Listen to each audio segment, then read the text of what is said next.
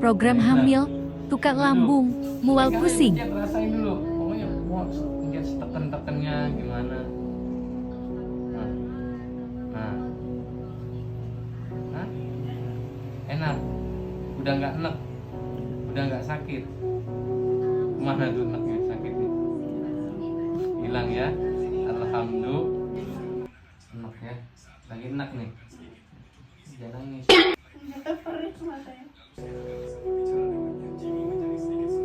Pulang nggak usah gengsi, minta maaf ke suami. Ya, suami begitu nggak boleh gengsi dengan istri. Jadi nggak ada istilahnya gengsi, minta maaf dengan dalam rumah tangga. Engkau kan pantas kan dari segi gengsi takut harta keturunan. Terus enteng, nggak pusing. Kemana pusingnya? Udah dibuang. Insya Allah sehat ya. Alhamdulillah. Dan orang meninggal ini akan terputus dari 3 ilmu bermanfaat, sudah tidak sama doa yang soleh. Dan orang meninggal dunia itu ruhnya akan kembali pada Allah. Jasadnya itu akan mempertanggungjawabkan bagaimana jiwanya itu dengan kelakuan amal di dunia. Ada pun itu ilmu yang singgah, bagaimana itu jin disebutnya akan mencari titik keturunannya seperti apa. Seperti itu. Jadi katanya dirasain bagian tukar lambung. Ya ada sini yang sering sakit. Dibilang korin. Nah, korin itu memang ya ada sisi pendamping. Makanya dalam hadis Abu Daud tidak ada anak Adam yang melahirkan ke bumi kecuali Allah damping, satu dari masa jin, dua dari masa malaikat. Begitu. Jadi korin, jafar, syakat itu semua ada hubungan dengan kehidupan manusia. Ini adalah tauhidan kita kepada Allah. Hal-hal pribadi dia yang memang sifatnya pengen apa pengennya cepat gitu, nggak sabaran. Itu penyebabnya dia dasarnya sifat pribadi teteh sendiri yang membuat hal itu semakin jadi nggak nyaman di tubuh, sering pegel-pegel, pundak berat, leher karena sering ngerasain kaku, perut tiba-tiba mual padahal makan biasa. Seperti itu dari gejala pikiran dan hati dia selalu perang, menyampaikan sesuatu dengan marah gitu. Kalau nggak pakai marah itu nggak totalitas gitu loh.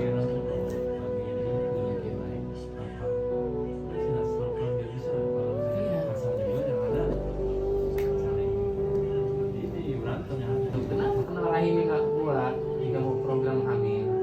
Lantaran apa? Tegang terus, rahimnya nggak bisa gitu. Kalau orang pro itu baca hari pikiran, insya Allah nggak ada 3 bulan dia. Izin Allah, ini syaratnya nanti bisa dilaksanakan. Seperti itu ya, betul tidak? Ya ini untuk menyudutkan ya, tapi untuk mengingatkan bahwasanya itu tipikal teteh, gitu kan? Saya tembak langsung baru duduk juga.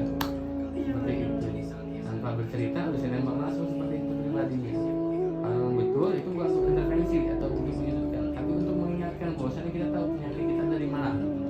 Gitu. Tuh. Solusinya apa? Kita tahu gitu. Dekatkan diri kepada Allah. Walaupun orang tua masih ada, termasuk suami.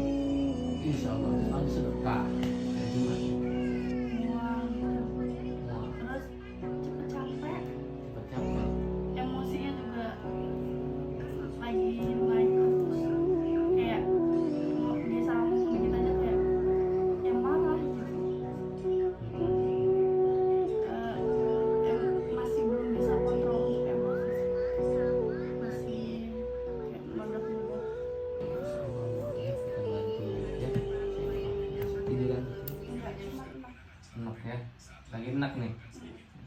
Jangan nangis. Perih matanya. Belum apa-apa udah gelas ya. Iya.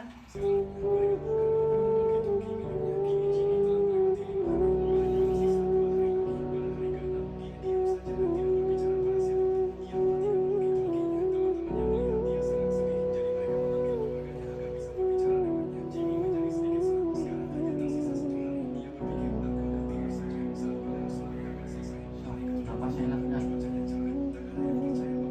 Enak nggak? Udah nggak enak. Mana enaknya?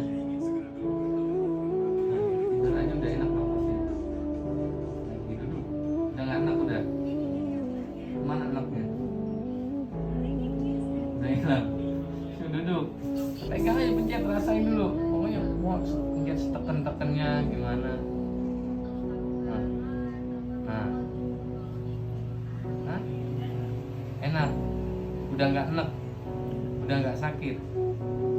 Kemana tuh eneknya sakitnya? Hilang ya. Alhamdulillah. Naik napas ya. Enak napas enak. Benar. Iya. Enak. Long. Ya. Insya Allah sehat selalu. Penting kontrol hatinya, kontrol pikirannya. Ya. Pulang nggak usah gengsi minta maaf ke suami. Ya. Suami begitu nggak boleh gengsi dengan istri. Jadi nggak ada istilahnya gengsi minta maaf dengan di dalam rumah tangga. Ya. Ya. Dia nggak boleh gengsi. Kalau saya nggak mau dimarah, makanya saya nggak ngaji.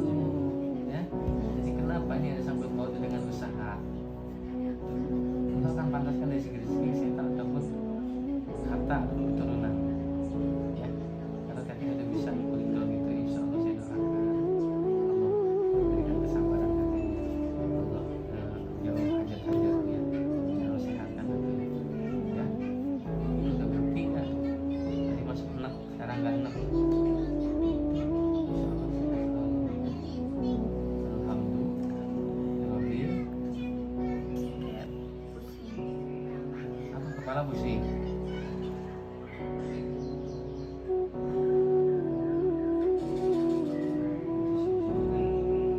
Sumbat semua nih.